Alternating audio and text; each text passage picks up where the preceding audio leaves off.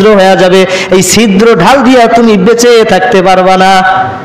ডাল যদি ছিদ্র হয়ে যায় তাহলে সেই ডাল থেকে আত্মরক্ষা পাওয়ার কোনো সিস্টেম আছে, সুযোগ আছে? আল্লাহ আমাদের সবাইকে সেই দুই গর্হিত কাজ থেকে হেফাজত করে যেন রোজাকে পরিপূর্ণ ঢাল হিসেবে আমাদের জন্য কবুল করেন, বলেন আমিন। সাহাবায়ে কেরাম প্রশ্ন করলেন, ইয়া রাসূলুল্লাহ, বুঝলাম রমজানের রোজা জাহান্নাম থেকে বেঁচে থাকার ঢাল, কিন্তু এই ঢাল আবার ছিদ্র হয়। পয়গম্বর আপনার কাছে জানতে চাই, জানায়া দেন কি কি কাজ করলে, কি কি গুনাহের কাজ করলে জাহান্নামের ঢাল ছিদ্র হয়ে যায়।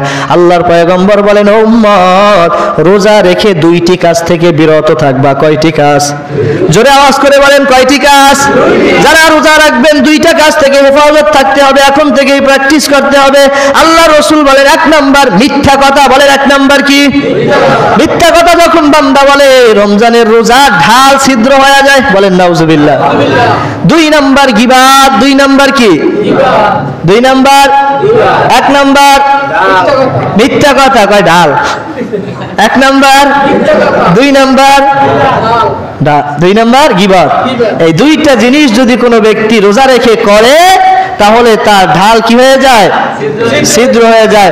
এবার বুঝে থাকলে বলেন, আমি আপনাদের কাছে জানতে চাই, মানুষ যে মিথ্যা কথা বলে, কির মাধ্যমে মানুষ মিথ্যা কথা বলে?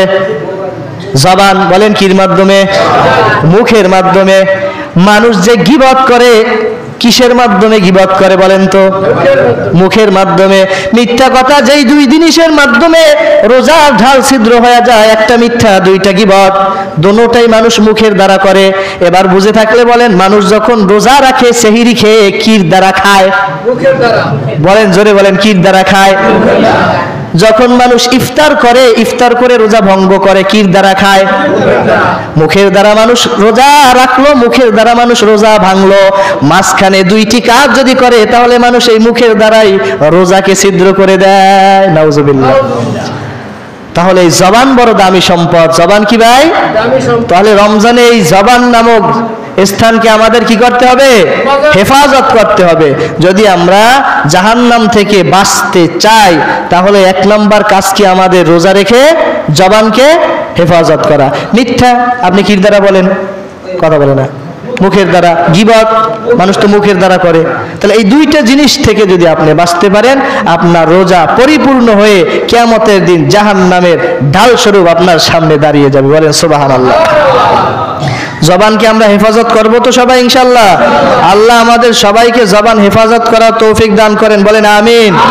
আম্মা জানেরা এই রমজানে রোজা রেখেও কামকাজ থাকে না, সারাদিন একজন আর একজনের বাসায় গিয়া শুধুমাত্র একজনের দোষ আর একজনে বলতে থাকে। কথা বলেন ঠিক কিনা? আম্মা জানেরা বিশেষ করে এই কাজ করা যাবে না। পুরুষরা একটু কমই করে, মহিলারা একটু কি করে? বেশি করে। আল্লাহ তাআলা আমাদেরকে, আম্মা জান, মা বোনদেরকে সবাইকে এই রোজা রেখে দুই গর্হিত কাজ, জবান নামক দামি সম্পদকে হেফাজত করার তৌফিক দান করুন, বলেন আমিন। আরে জবান এত দামি সম্পদ, এটা যদি মানুষ বুঝতো। তিরমিজি শরীফের 1407 নম্বর হাদিসের বর্ণনা, নবীর সাহাবী আবু সাঈদ খুদরি রাদিয়াল্লাহু তাআলা আনহু তিনি বলেন, আন আবি সাঈদুল খুদরি রাদিয়াল্লাহু তাআলা আনহু قال قال رسول الله صلى الله عليه وسلم اذا اصبح ابن آدم, যখন নাকি সকালবেলা মানুষ ঘুম থেকে উঠে, বলেন নবী কি বলেন? যখন মানুষ সকালবেলা ঘুম থেকে উঠে, ঘুম থেকে উঠার পর প্রত্যেকটা অঙ্গ প্রত্যঙ্গ আল্লাহ জিহ্বাকে বলতে থাকে, এ জিহ্বা ইত্তাকুল্লাহ ফিনা ফাইন্নামা নাহনু বিকা, ও জিহ্বা তুমি আমাদের ব্যাপারে আল্লাহকে ভয় করো। প্রত্যেকটা অঙ্গ প্রত্যঙ্গ, বনি আদমের প্রত্যেকটা অঙ্গ প্রত্যঙ্গ জিহ্বাকে সম্বোধন করে সকালে বলে, ও জিহ্বা তুমি আমাদের ব্যাপারে আল্লাহকে ভয় করো। কাকে ভয় করো? ফাইন্নামা নাহনু বিকা, কারণ আমরা তোমার অনুগামী। আমরা তোমার কি? অনুগামী। যদি তুমি গুনাহের কাজে লিপ্ত হয়ে যাও, আমরাও গুনার জন্য বাধ্য হয়ে যাই। আল্লাহু আকবার। যদি জিহ্বায় জবান গুনাহের কাজে লিপ্ত হয়ে যায় তাহলে অন্য অঙ্গ প্রত্যঙ্গ কির কাজে লিপ্ত হয়? দুনিয়ার মধ্যে যত ঝইঝামেলা আছে, খারাপ যত গর্হিত কাজ আছে, আর সব থেকে বড় হাতিয়ার কি? মুখ। বলেন সব থেকে বড় হাতিয়ার? মানুষ ছুরির দ্বারা আঘাত করলে যতটা কষ্ট না পায়, তার থেকে বেশি মানুষের মুখের বিশ্রী ভাষা, কষ্টদায়ক কথার থেকে মানুষ বেশি কষ্ট পায়। কথা বলেন ঠিক কিনা? এই জন্য প্রত্যেক দিন আল্লাহ রসুল বলেন এই জিহ্বাকে সম্বোধন করে প্রত্যেকটা বনি আদমের অঙ্গ প্রত্যঙ্গ বলতে থাকে যে ইস্তাকিম ইত্তাকিল্লাহ ফিনা, হে জিহ্বা তুমি আমাদের ব্যাপারে আল্লাহকে কি করো? ভয় করো। যদি তুমি গুনাহ করো আমরাও গুনাহ করতে বাধ্য, যদি তুমি সওয়াব অর্জন করো নেকি করো তাহলে আমরাও নেকি করতে কি বাধ্য। আল্লাহ আমাদের জবানকে হেফাজত করার তৌফিক দান করুন, বলেন আমিন।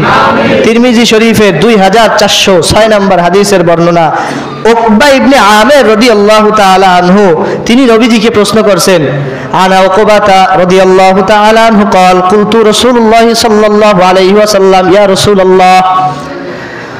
উকবা ইবনে আমির রাদিয়াল্লাহু তাআলা আনহু তিনি বলেন আমি রাসূলকে প্রশ্ন করলাম, মান নাজা ইয়া রাসূলুল্লাহ, ও আল্লাহর নবী আপনার কাছে মুক্তির ব্যাপার জানতে চাই, কোন বিষয় আমাদেরকে মুক্তি দিয়ে দিবে, মুক্তির বিষয়গুলো আপনার কাছে জানতে চাই। কি বিষয় প্রশ্ন করছেন? হে আল্লাহর রাসূল আমাদেরকে জানায় দেন যে কোন জিনিস আমাদেরকে মুক্তি দিয়ে দিবে, আপনার কাছে জানতে চাই। পয়গম্বর বলেন, এই উকবা ইবনে আমির শোনো, তিনটা কাজ করবা। এক নাম্বার, আমসিক আলাইকা লিসানাকা, তুমি তোমার জিহ্বাকে হেফাজত করবা, মুক্তির ওসিলা হয়ে যাইবে। সুবহানাল্লাহ। তাহলে এক নাম্বার কি?